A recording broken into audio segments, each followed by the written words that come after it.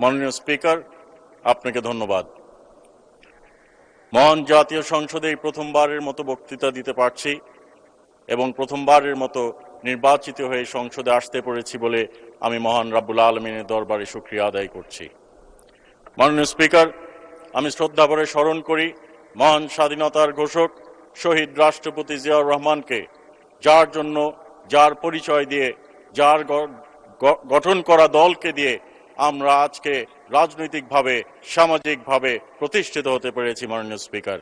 মাননীয় স্পিকার, আমি শ্রদ্ধাভরে স্মরণ করি আমার মরহুম পিতা সাবেক সংসদ সদস্য আনোয়ারুল হোসেন খান চৌধুরী সাহেবকে, যার পথ ধরে নন্দাইলের জনগণ আমার উপর আস্থা রেখেছে, বিশ্বাস রেখেছে এবং আমি এই সংসদে নির্বাচিত করে পাঠিয়েছে। মাননীয় স্পিকার, আমার অবহেলিত নন্দাইলের জনগণের প্রতি আমি শ্রদ্ধা নিবেদন করি, চিরকৃতজ্ঞ।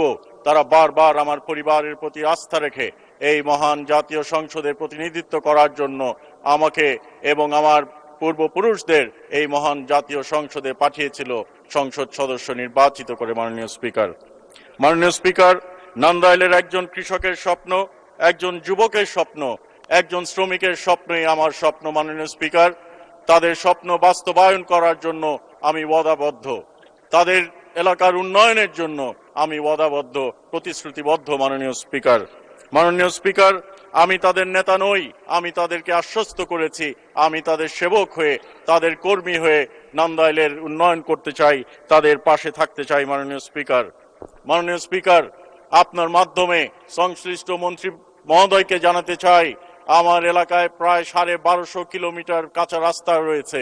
এই রাস্তাগুলোর খুব করুণ দশা। মাননীয় স্পিকার, রোগী যদি রাস্তা দিয়ে নিতে হয় তারা আরো অসুস্থ হয়ে পড়ে, মৃত্যু হয়ে পড়ে এবং গর্ভবতী মায়েরা হাসপাতালে যেতে পারে না, রাস্তার যেই করুণ দশা। মাননীয় স্পিকার, আমি বিনীতভাবে অনুরোধ করতে চাই, আমাদেরকে এই সংসদে পাঠিয়েছে তাদের প্রতিনিধিত্ব করে তাদের এলাকার উন্নয়নের জন্য। মাননীয় স্পিকার, আমরা মাননীয় প্রধানমন্ত্রী তারেক রহমান সাহেবের প্রতিশ্রুতি বাস্তবায়নের জন্য ওয়াদাবদ্ধ। মাননীয় প্রধানমন্ত্রী তারেক রহমান সাহেব যেসব প্রতিশ্রুতি দিয়েছিলেন, আমরা সেই প্রতিশ্রুতি নিয়ে জনগণের কাছে গেছিলাম, তারা সেটা বিশ্বাস করে আমাদেরকে ভোট দিয়েছে। মাননীয় স্পিকার, আমরা বেহেশতের টিকিট বিক্রি করার জন্য মানুষের কাছে যাইনি, আমরা বেহেশতের টিকিটের কথা বলে জনগণের কাছে যাইনি, আমরা গেছিলাম আমাদের ইশতেহার নিয়ে, সেই ইশতেহারকে মানুষ বিশ্বাস করেছে, আমরা এই প্রতিশ্রুতি থেকে বাস্তবায়ন করছি। মাননীয় স্পিকার, এই বাস্তবায়নের পদক্ষেপ গ্রহণের পরে মানুষ, এমনকি বিরোধী দলীয় যার সংসদ সদস্যরা আছেন, তারাও এখন তাদের এলাকায় ফ্যামিলি কার্ড চাচ্ছেন, তারাও তাদের এলাকায় কৃষক কার্ড চাচ্ছেন, কিন্তু নির্বাচনের আগে বলা হয়েছিল সেইগুলো ভুয়া। মাননীয় স্পিকার, আমরা বলতে চাই, বাংলাদেশ জাতীয়তাবাদী দল উন্নয়নের রাজনীতিতে বিশ্বাস করে। বাংলাদেশ জাতীয়তাবাদী দল যেই প্রতিশ্রুতি দেয় সেই প্রতিশ্রুতি বাস্তবায়ন করে। জুলাই সনদ নিয়ে অনেক কথা হয়েছে। মাননীয় স্পিকার, আমরা এই জুলাই সনদ নিয়ে এই সংসদে ডিবেট করেছি।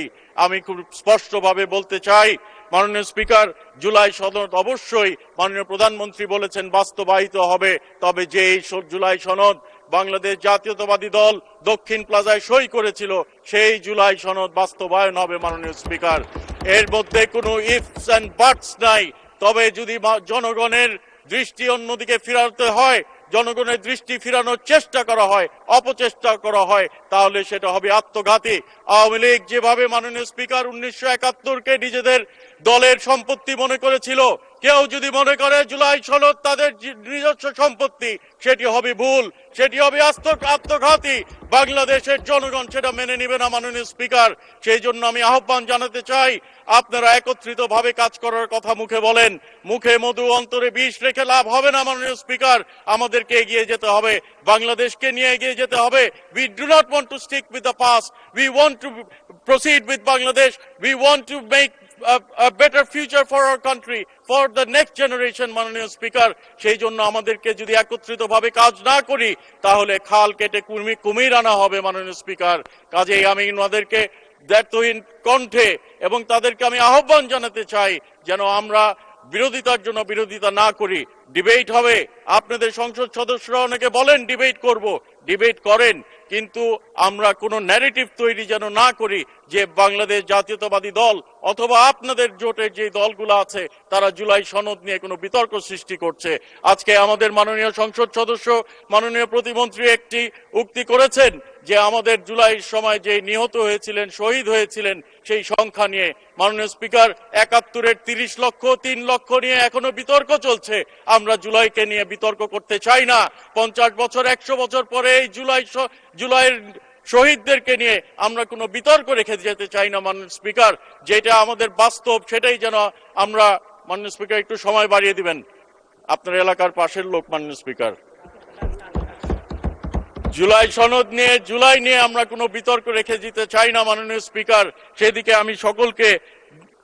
সেদিকে সকলকে আমি নজর দেওয়ার জন্য বিনীতভাবে অনুরোধ করতে চাই মাননীয় স্পিকার। মাননীয় স্পিকার, বিগত সরকারের সময় আমাদের একটি কথা বারবার মনে পড়তো, এ জগতে হায় সেই বেশি চায়, আছে যার ভুরি ভুরি, রাজার হস্ত করে সমস্ত। ধন্যবাদ মাননীয় সদস্য। আমাদের কনস্টিটিউয়েন্সি থেকে আপনি অনেক দূরে, তারপরেও 2 মিনিট দেওয়া হলো আপনাকে। ধন্যবাদ। ধন্যবাদ মাননীয় স্পিকার। ধন্যবাদ মাননীয় স্পিকার।